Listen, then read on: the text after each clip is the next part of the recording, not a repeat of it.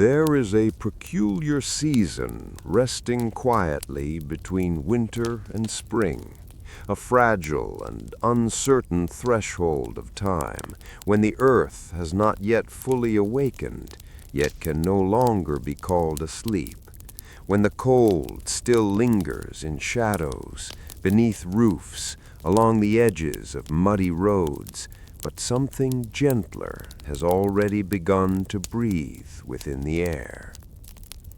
It was during such a season that he followed the road. The snow no longer blanketed the land in its former stillness, no longer pure or undisturbed, but clung instead to the fields in scattered remnants, gray and weary, slowly surrendering to the dark, softened soil. Meltwater seeped into everything, into the paths, into the ground, into the silence itself, until the world seemed wrapped in a damp and restless stillness. The road had grown heavy beneath the horses' hooves, not from rain, but from thaw. Each step pressed into the yielding earth with a muted, deliberate sound, as though the land itself had softened after months of frost, as though the ground had grown tired of its long rigidity and now yielded reluctantly to movement. The air carried that unmistakable scent known to anyone who has witnessed the end of winter, the scent of wet soil, of melting snow, of cold water finding its way back into the living world. It was not an unpleasant smell, yet it possessed a weight, a density that seemed to blur the boundaries between earth and sky. Mist drifted low across the land, not a fleeting veil, but a dense, lingering presence, pooling along the hollows, winding between distant hills, dulling the outlines of familiar shapes until the world appeared softened, uncertain, as though reality itself had lost some measure of its clarity. He knew this road well, not merely by sight nor by landmarks, but by that deeper familiarity born of repetition, that quiet instinct through which the body remembers what the mind no longer questions. The path had been walked too many times to require thought. The crossroads should have appeared ahead, an ordinary fork, unremarkable yet constant, and it was precisely for that reason that the subtle fracture in expectation, the faint disturbance within the natural order of things, did not strike him at once as fear, but rather as something quieter, something more elusive. The road did not change abruptly. It did not twist or vanish. It simply became different. The earth beneath remained the yielding ground. The mist still hovered before him, yet within this familiar scene arose a delicate but unmistakable sensation of wrongness, a subtle displacement that could not be easily named. He lifted his gaze, peered more carefully into the mist, and it was then he realized that nothing ahead was as it should have been. No crossroads, no turning, only a silent road stretching forward into the pale obscurity with an unsettling certainty, as though it had always been meant to exist exactly as it did. And within that quiet, almost imperceptible shift of reality emerged the feeling that has no need of explanation, the feeling that he had taken the wrong path, though he had never turned at all. The mist did not move as mist ordinarily does. It did not drift nor curl gently across the fields, nor dissolve beneath the faintest breath of wind, but lay instead upon the land with a strange and unnatural stillness, as though it had risen not from the cooling air, but from the depths of the earth itself, seeping slowly from the darkened soil, from the thawing ground, from places where winter had not entirely loosened its hold. The road stretched ahead in quiet obedience, familiar in form, yet subtly altered in essence. Nothing within the landscape seemed, at first glance, to have changed. The softened ground remained beneath the horses' hooves, the fields still faded beneath the pale veil of mist, and yet the deeper instinct, that silent awareness by which a traveler knows when something is amiss, stirred uneasily within him. The horse continued forward, though its gait had grown slower, more deliberate, as if each step required a measure of reluctant persuasion. Hooves pressed into the damp earth, leaving dark impressions that slowly filled with meltwater, small mirrors reflecting the muted sky, and in that steady rhythm there existed a fragile sense of normalcy, a quiet reassurance born of repetition. Still, the crossroads did not appear. He did not immediately question it. There are moments along a familiar journey when expectation bends without breaking, when the mind attributes absence to distraction, to distance misjudged, to the subtle distortions of mist and fading light. The world, after all, is not always precise. Yet the road had grown smooth, not visibly, not sharply, but in a manner that unsettled perception. The subtle irregularities that time inevitably carves into any path, shallow ruts, uneven ridges, the faint scars of wheels and seasons, seemed here strangely subdued, softened beyond reason, as though the earth itself had forgotten the long memory of passing travelers. He shifted slightly in the saddle, lifted his gaze toward the horizon. The mist thickened ahead, though not in the way fog gathers naturally, but rather as though distance itself were being swallowed, as though space before him no longer receded, but simply dissolved. And then he saw it. Not clearly, not at once.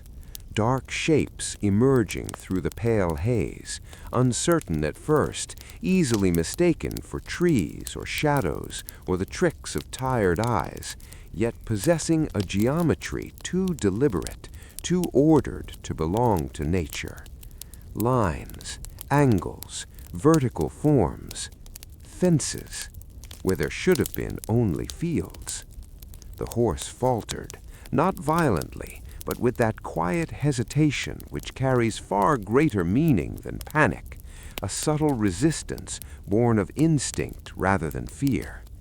He leaned forward slightly, peered into the mist, and as the shapes slowly resolved themselves, as boundaries sharpened just enough to deny illusion, the truth revealed itself with unsettling calm.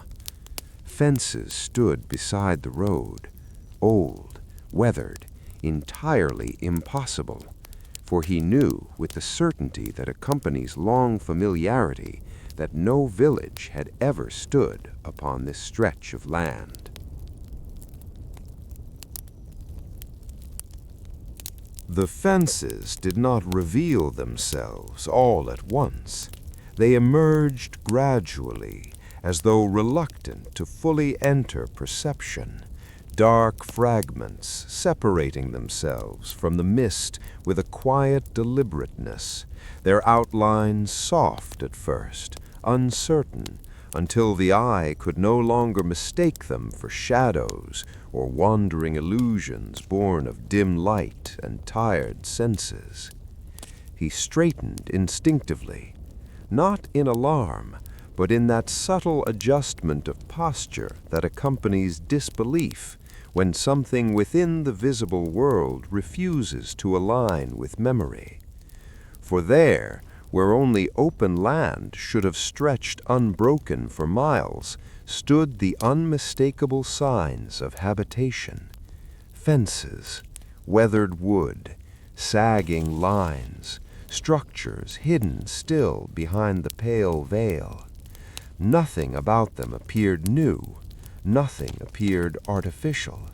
Indeed, their very age, the warped boards, the softened edges, the quiet exhaustion of material long surrendered to seasons, rendered their presence even more deeply unsettling, for such details belong not to illusion, but to time itself. The mist seemed denser here, not merely thicker, but heavier, as though the air within the boundaries of the village possessed a different texture, a different weight than the open road behind him. The horse slowed further. Each step carried reluctance. Each movement felt observed by something that did not move. And then the silence became apparent.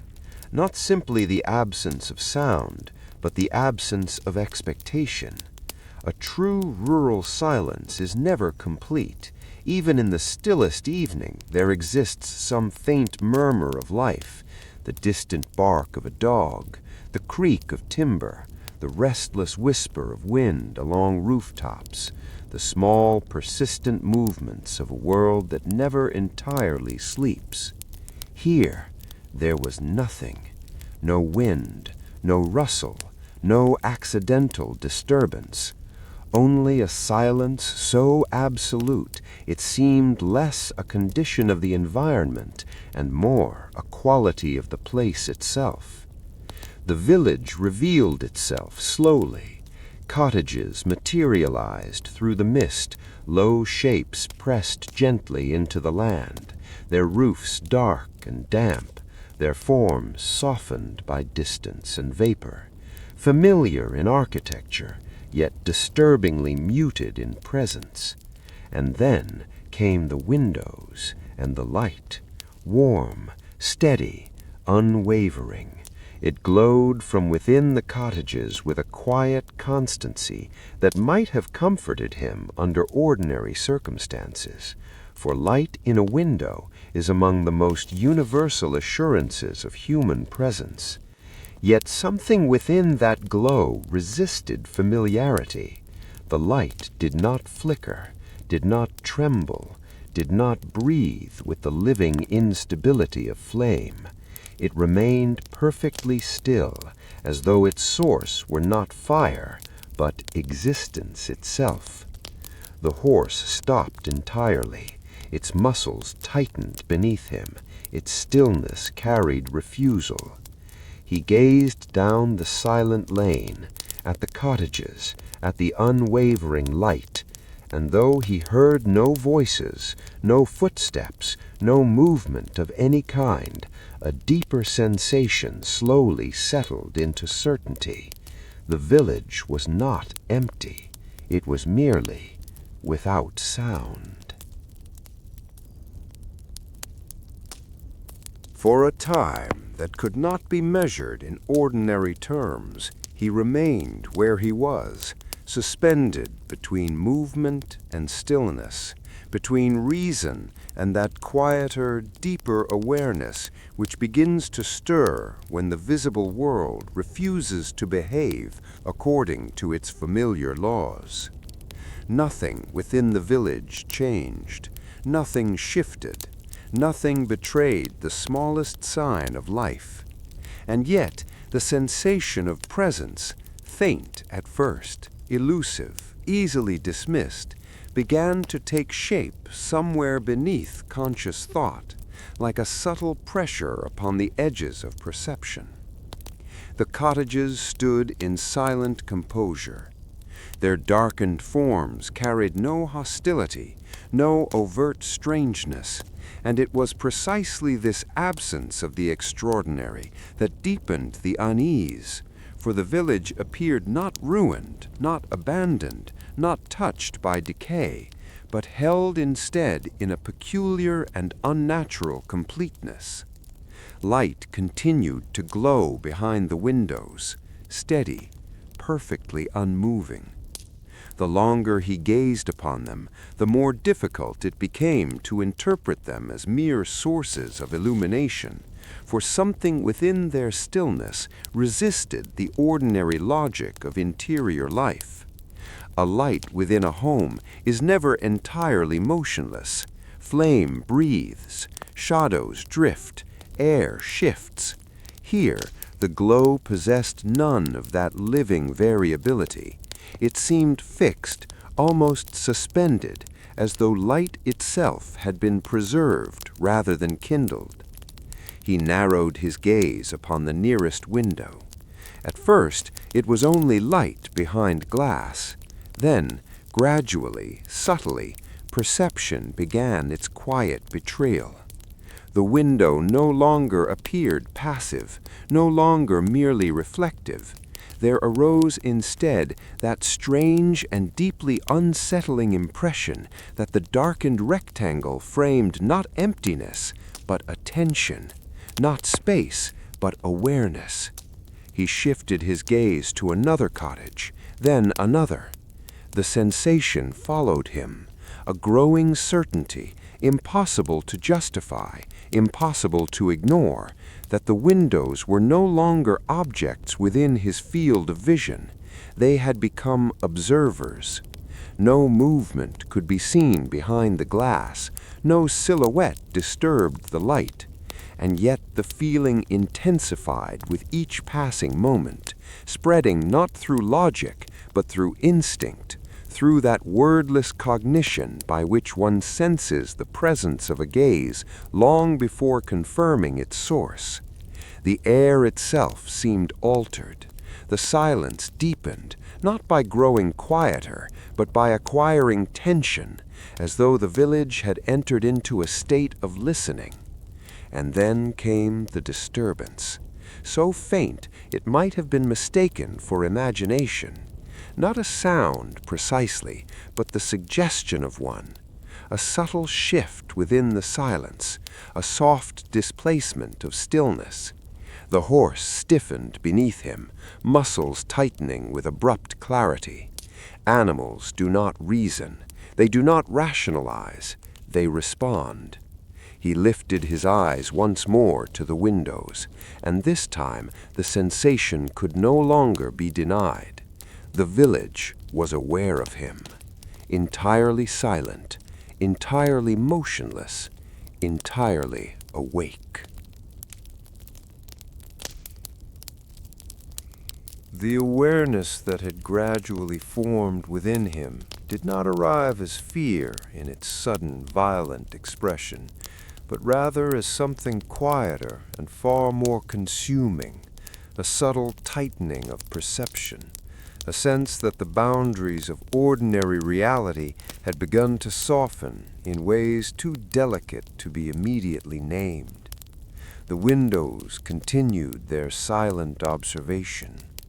Their unwavering light possessed no warmth now, no suggestion of refuge, but lingered instead with the strange neutrality of something that merely existed, something that neither welcomed nor rejected, but acknowledged. The horse trembled beneath him, not violently, not with panic, but with that restrained tension through which an animal expresses its profound reluctance to advance into what it cannot comprehend, into what instinct alone recognizes as wrong. For a long moment he did nothing. There are states of unease in which stillness becomes heavier than motion, when remaining unmoving feels less like safety and more like surrender, when the absence of action itself begins to generate an intolerable pressure. He exhaled slowly, though he had not realized he had been holding his breath. His hand tightened upon the reins.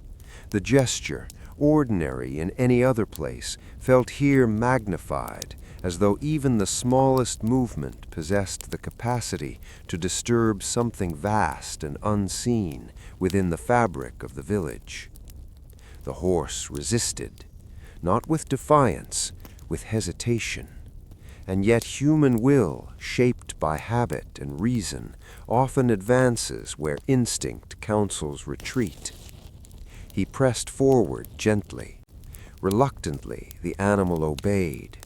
The first step into the village carried an unnatural weight, not because the sound differed from any other footfall upon damp earth, but because the silence received it with an almost palpable density, as though noise itself did not disperse here, but settled. Another step followed, then another.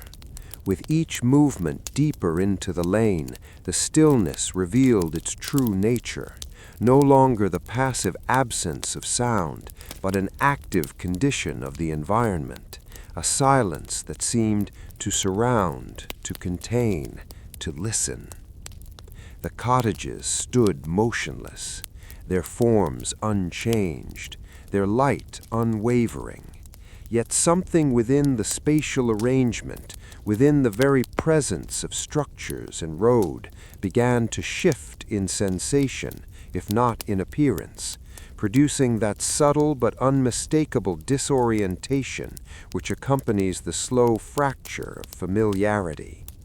He was no longer merely passing through a village. He had entered something that felt self-contained, a space removed from the ordinary continuity of the world. The mist pressed close between the cottages. The air grew heavier, and with each reluctant step forward, the certainty deepened with quiet inevitability. He did not belong here.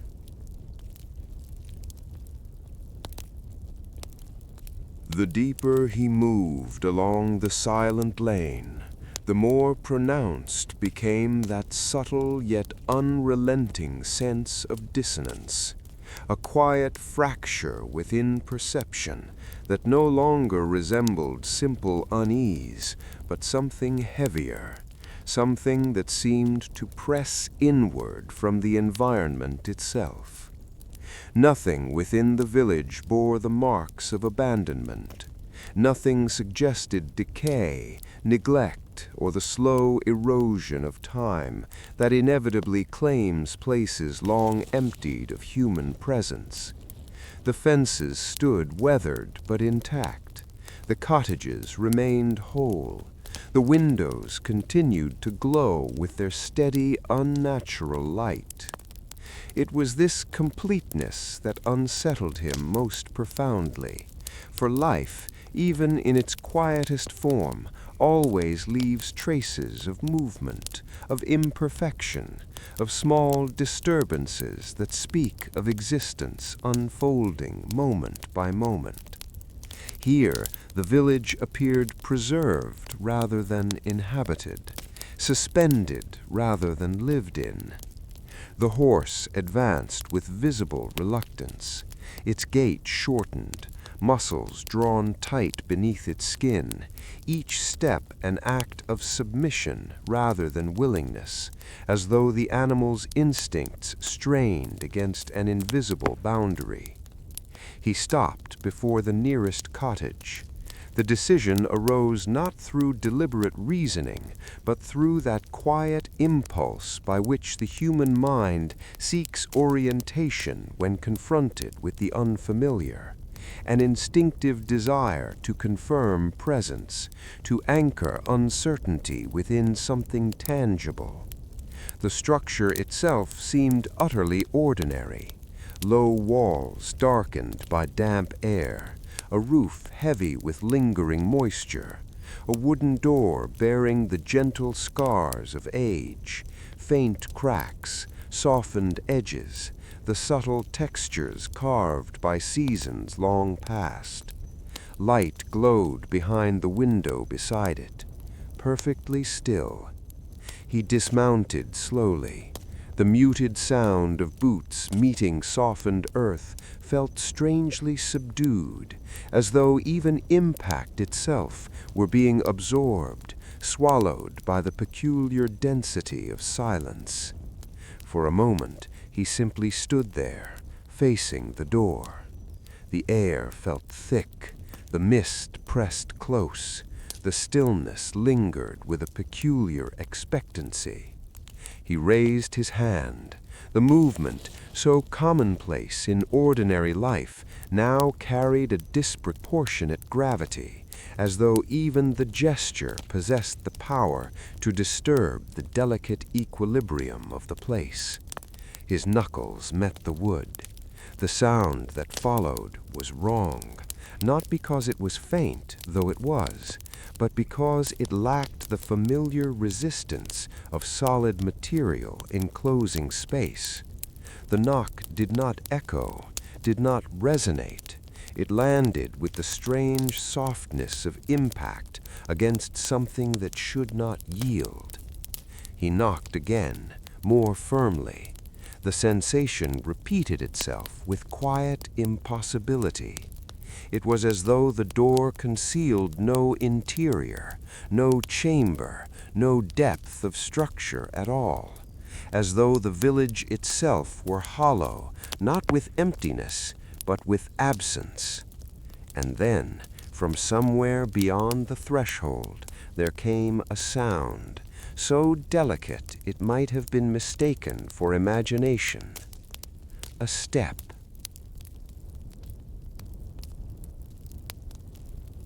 The sound did not break the silence. It surfaced within it, so faint, so delicately formed that for a fleeting instant it seemed less like something heard and more like something perceived, a subtle disturbance rippling through the stillness rather than a noise intruding upon it.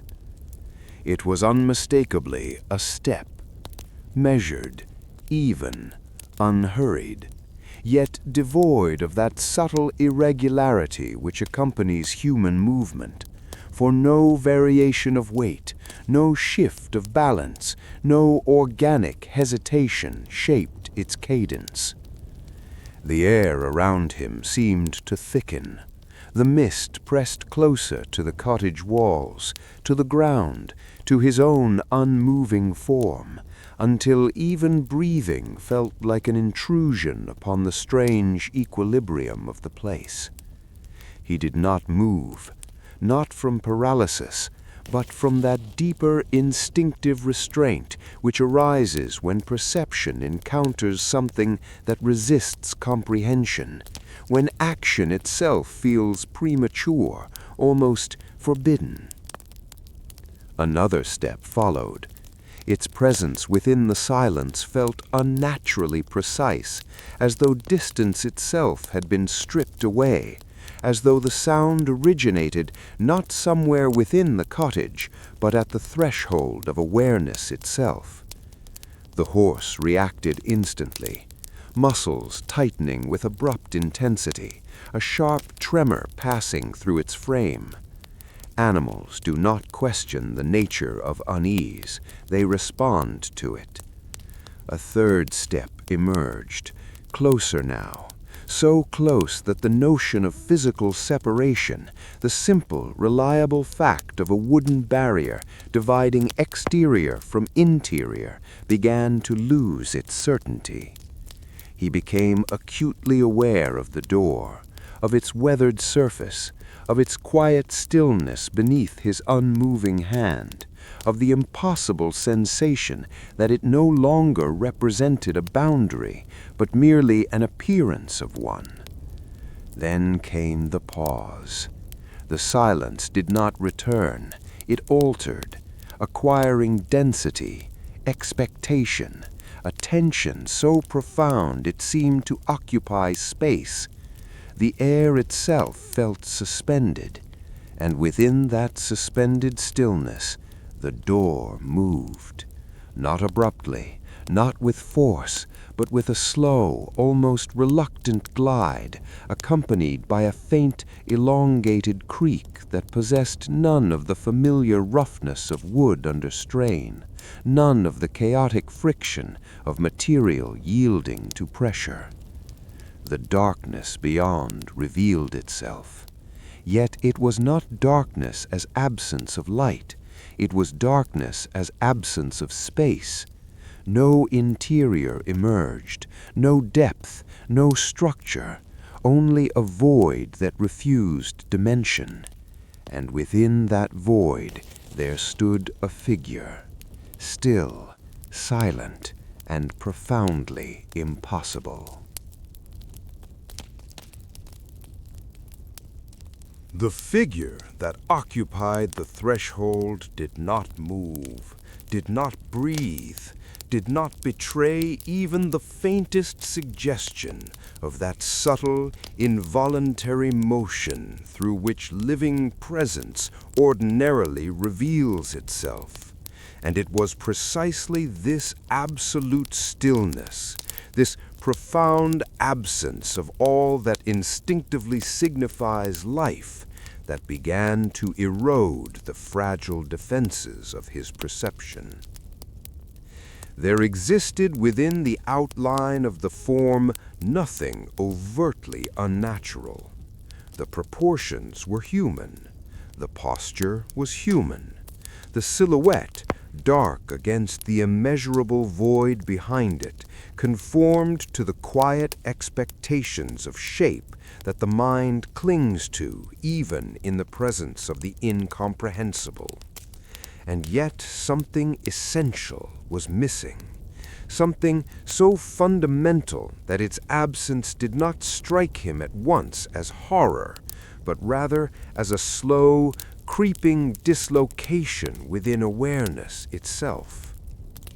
His gaze, drawn forward by a force neither chosen nor resisted, attempted to resolve the details that should have been there, attempted to complete the image according to the deeply ingrained patterns through which the human mind organizes reality.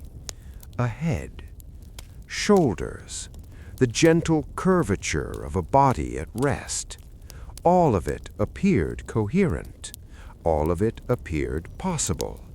But where the face should have been, where the countless minute asymmetries of human identity inevitably reside, there was only a smooth and depthless surface that neither reflected the unwavering light nor yielded to the searching logic of sight.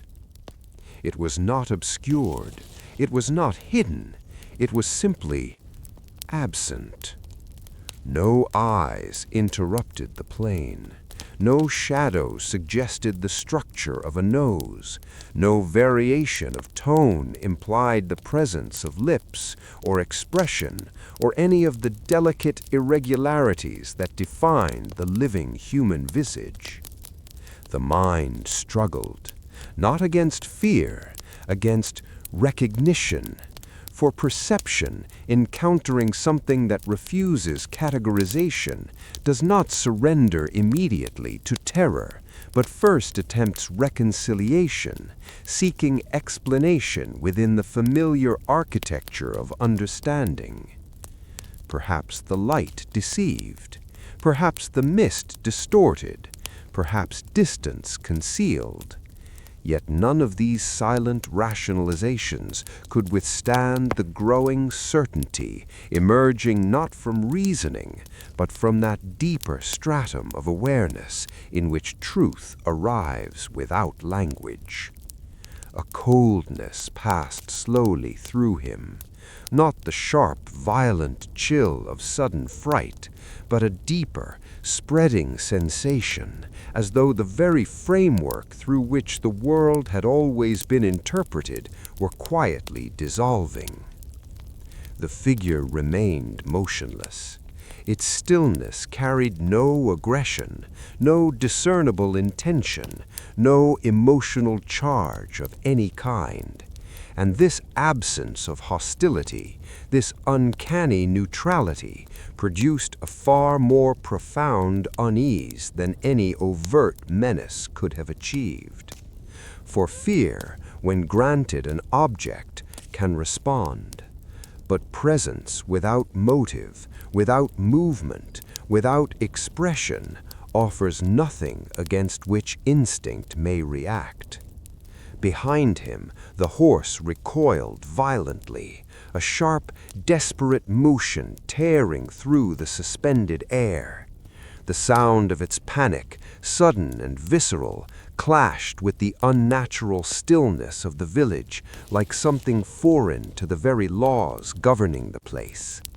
He did not turn, could not, because in that precise and fragile moment the figure inclined its head.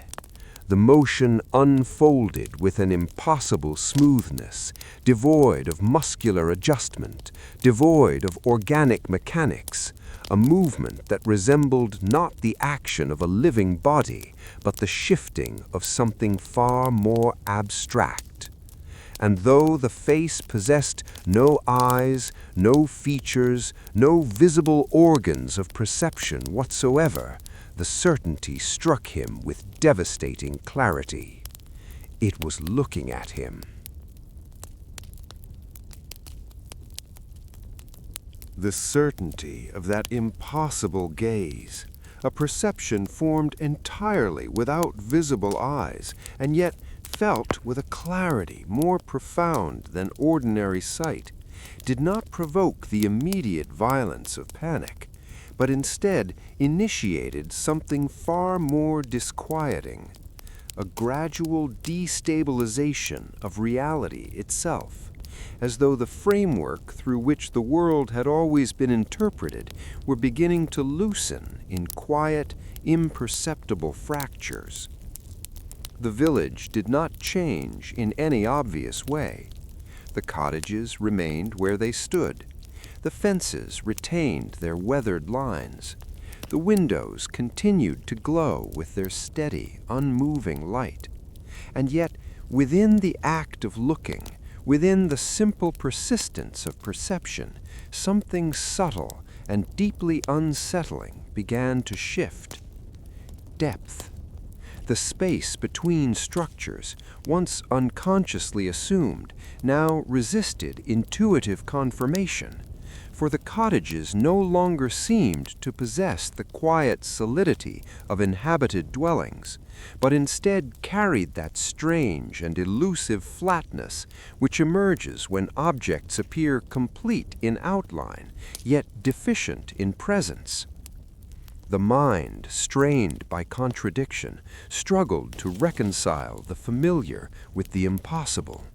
Walls were visible, roofs were visible, windows, fences, the lane itself, all remained perceptible. Yet the sense of dimensionality, that silent assurance through which the world maintains its spatial coherence, began to erode. It was not that the village vanished, it was that it lost its substance. The cottages seemed less like structures occupying space and more like impressions suspended within it, images that retained form without fully inhabiting the reality they suggested. Even the mist, which had until now functioned as a simple atmospheric presence, revealed its altered nature, no longer drifting through the village, but enclosing it, forming a soft yet impenetrable boundary beyond which the world did not appear to continue. He turned slowly, not from deliberate decision, but from the quiet compulsion of perception, seeking escape from the intolerable fixation of the figure. The road by which she had entered should have stretched behind him in patient continuity. Instead, it dissolved into the pale opacity. No horizon emerged. No distant landscape asserted itself. Only mist, dense and absolute, as though the village existed not within the world, but apart from it. And within that moment of widening awareness, there arose a realization so quiet, so devastatingly simple, that it required no articulation. This was not a village. It was the appearance of one. Not a place, but something resembling memory, something resembling form, something that imitated reality without belonging to it. Behind him, the figure shifted. The motion unfolded with that same unnatural smoothness that now defined all movement within the boundaries of the place. And it was then, as perception strained against the fragile remnants of ordinary logic, that the final and most unsettling truth emerged. He had not wandered into an unfamiliar settlement. He had crossed into an unfamiliar reality. The realization did not strike him as a thought, nor as a conclusion formed through reason, but rather as a quiet and irreversible shift within perception itself, a subtle yet devastating rearrangement of certainty, through which the world, though outwardly unchanged, became fundamentally unstable.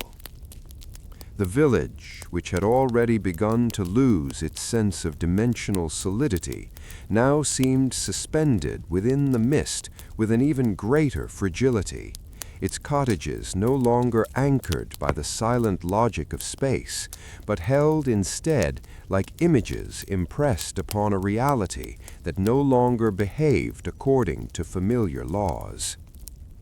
The figure remained behind him, unmoving, featureless, yet more present than anything else within the dissolving environment. Its stillness no longer resembled passivity, but inevitability, a presence not waiting, not advancing, but existing with an authority that rendered movement itself uncertain.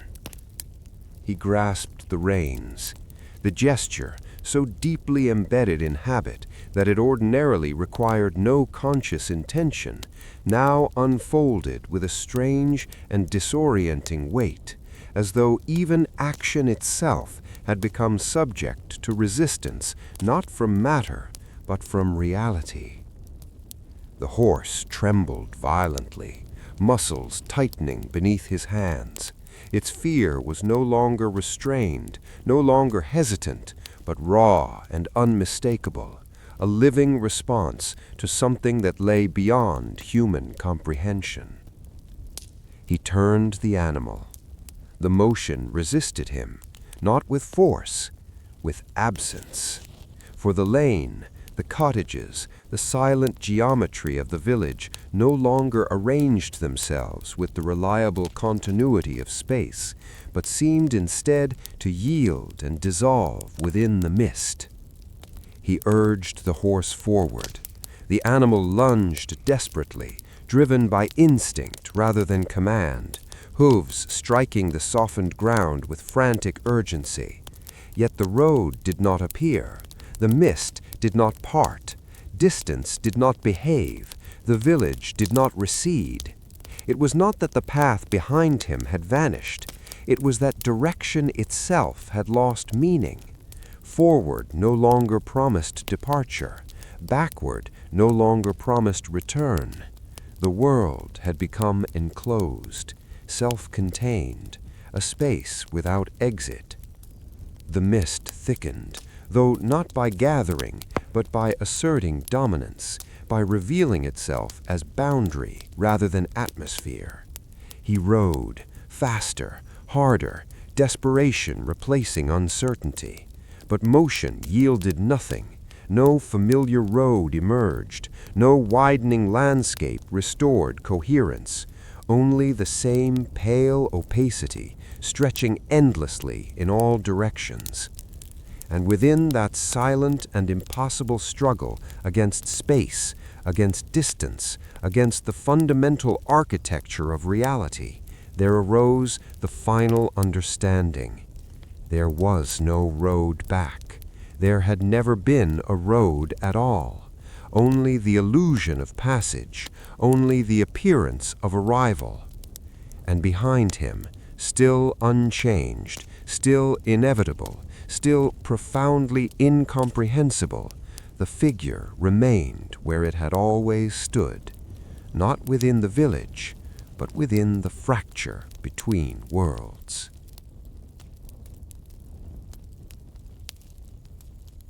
It is often said that at the waning age of winter, during those hushed evenings when the earth has already begun its slow, almost imperceptible return to warmth, yet the lingering breath of cold still rests within the air, when mist settles across the fields with a quiet softness that blurs familiar outlines and renders even well-known roads uncertain.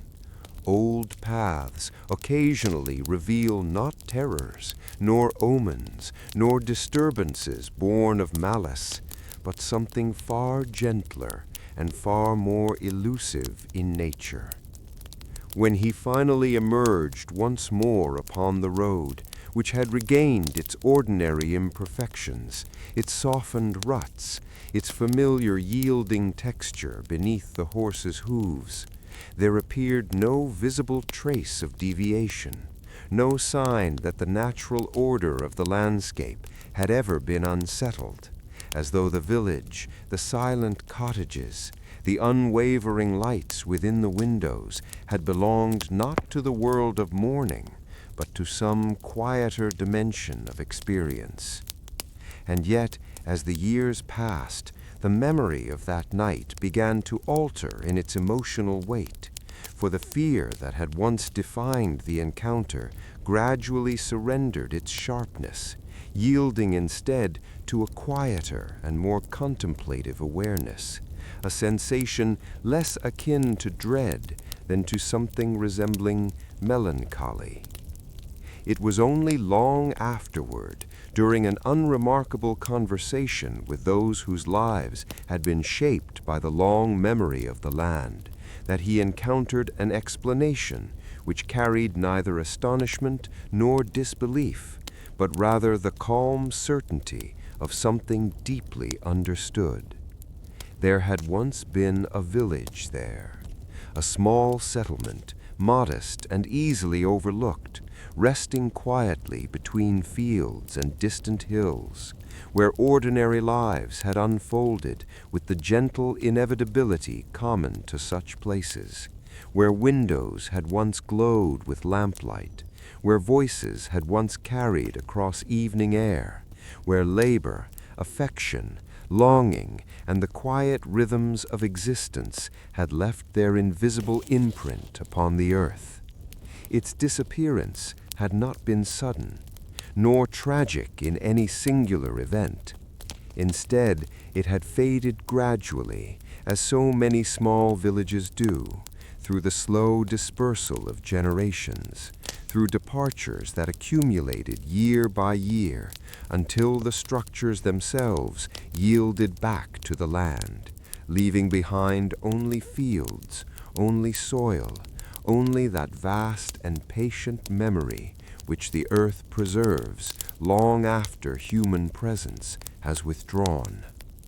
And within that understanding there emerged the final and most delicate truth. For there are places that do not entirely vanish. They merely withdraw from sight. It is said that the earth remembers, that it holds within itself the echoes of footsteps, of voices, of light once kindled behind familiar windows, and that during those rare and quiet evenings when the world itself grows softened, when the boundaries between what was and what is become momentarily indistinct, the land sometimes offers not apparitions, but remembrance. That was why the windows had glowed. That was why the village had remained silent, for it had not been a haunting, it had been memory. If this story stayed with you, consider subscribing to the channel. Leave a comment and tell us what you felt. We read every one of them. More quiet stories are waiting, shared slowly around the fire.